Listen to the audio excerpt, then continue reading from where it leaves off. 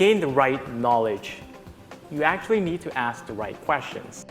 As we've been talking about, during your journey, you're going to gain a lot of information and knowledge. But to gain the right knowledge, you actually need to ask the right questions.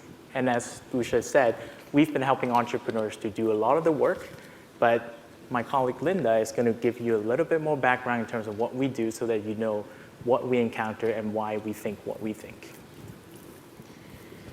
Yeah, so as Usha referred to, we're the Mars Market Intelligence team, and we work with entrepreneurs and startups from across Ontario's 17 innovation centers, and we provide access to secondary market research for these startups to help answer some of their business questions.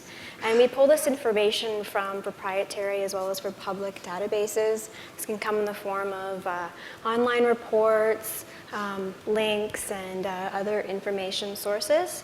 And we do this for 3 different sectors, as Usha mentioned, ICT, health, and clean tech, advanced materials, and manufacturing.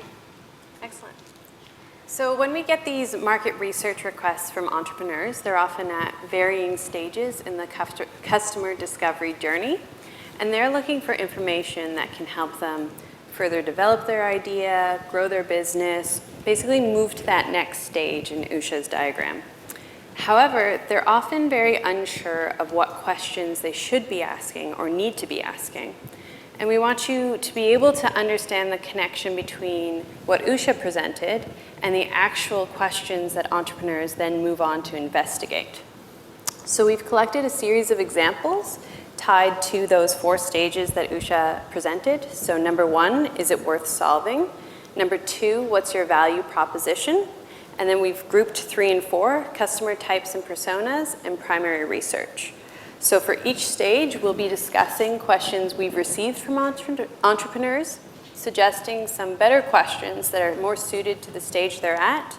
And so we'll go right into it with 3 examples for is it worth solving?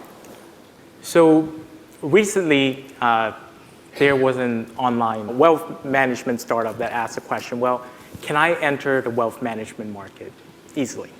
Now, it's a good question, but what the entrepreneur really is trying to scope out is, well, perhaps what is the industry structure? What are the industry trends? And perhaps what are the industry regulations? Because by answering these questions, the entrepreneur can actually determine, well, is it actually an easy market for me to enter? Now, in one of our databases that we work with, we actually have an industry report in wealth management. So we pass it to them, and they were able to do some of the work to investigate whether, in the end, that market is easy for them to enter or not. Excellent. So for our health clients, one of the clients we interacted with at this stage was a unique online addiction counseling service.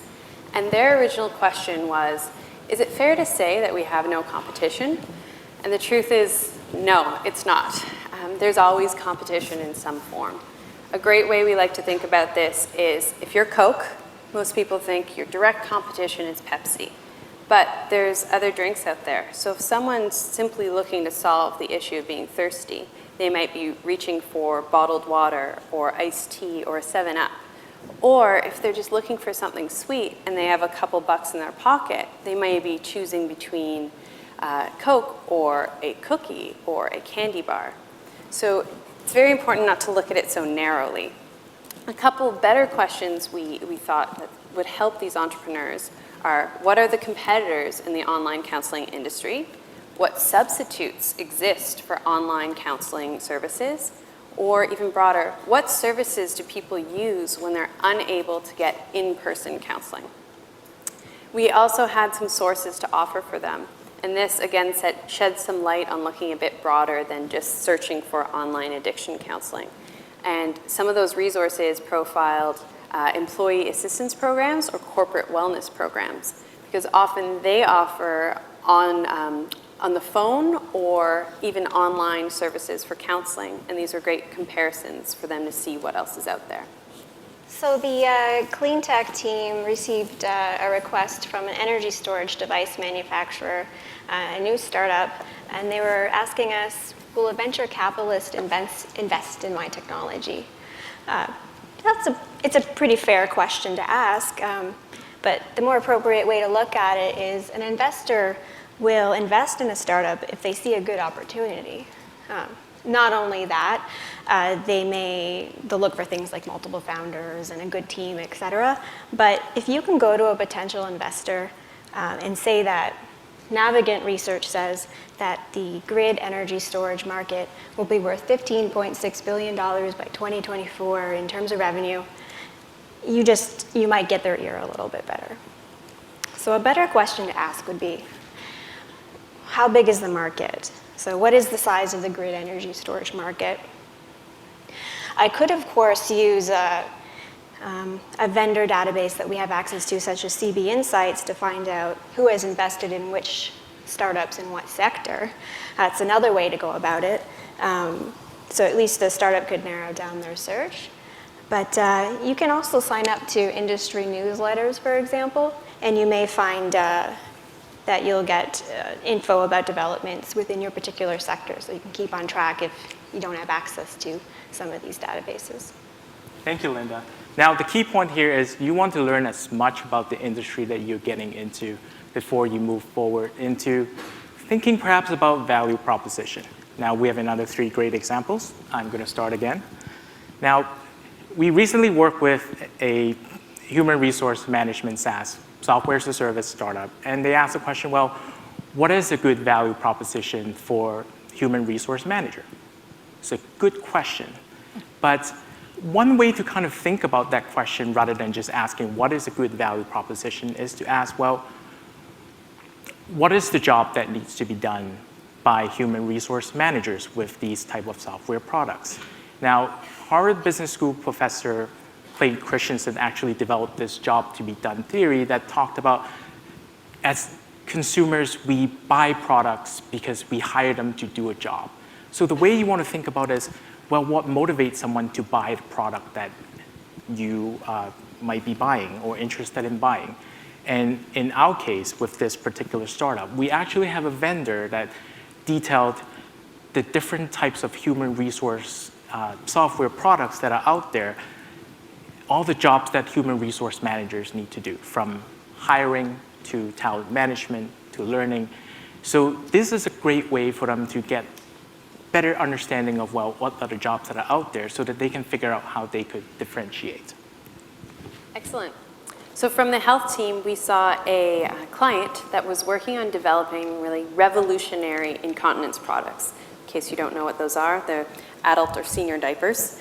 And they were looking for new features to introduce that would take the Canadian market by storm. So their original question was, can we get a list of all the major manufacturers in the world? And the thing is that a list wouldn't really provide them with the meat or the information that they would need to then build that interesting product. So a better approach would be to look at the competitors that are out there, their products, and the attributes of these products, and then tie that to their companies and their shares in the market. So better questions we saw or we developed were, what are the major competitors in this market? What are their product offerings and the features that exist? And what are new innovations in these products or the materials that are used to make them?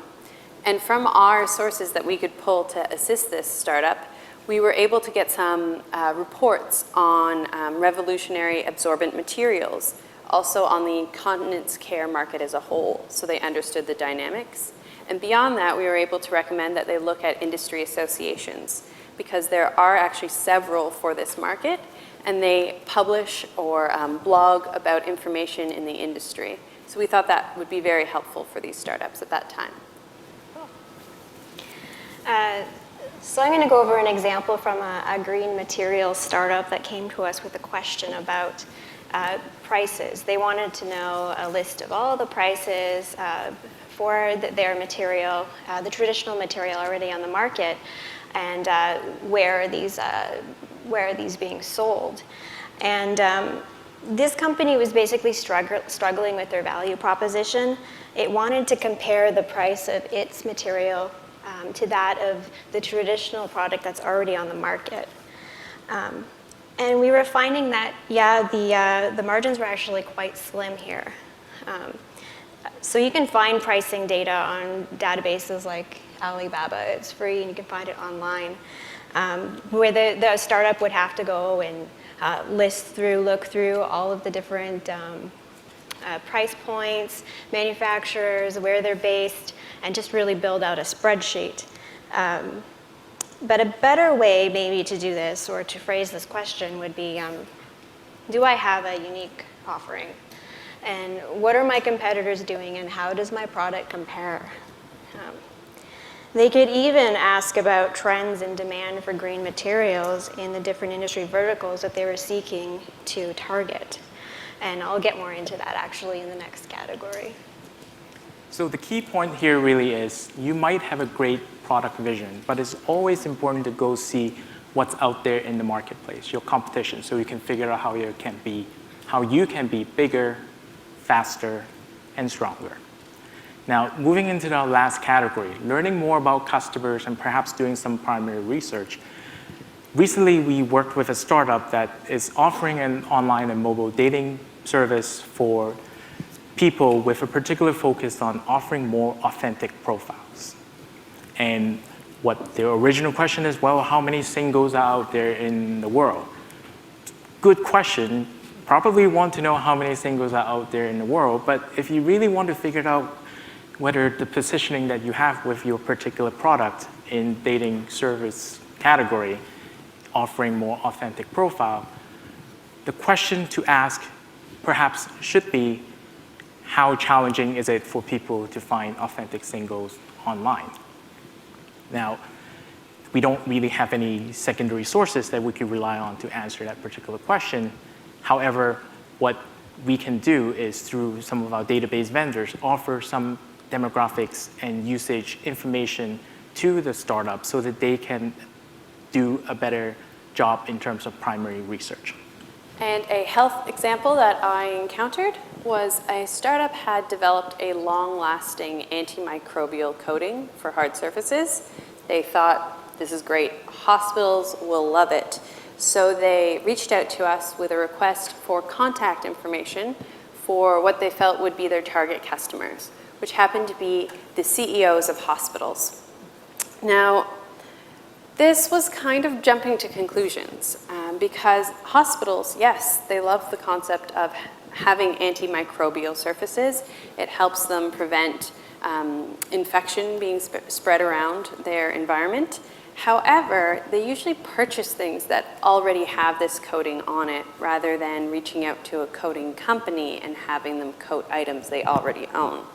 So some better questions that we felt they could be asking were, what types of companies purchase antibacterial coating technology? What are these companies' attributes? So are they large or small, and what industry are they in, et cetera?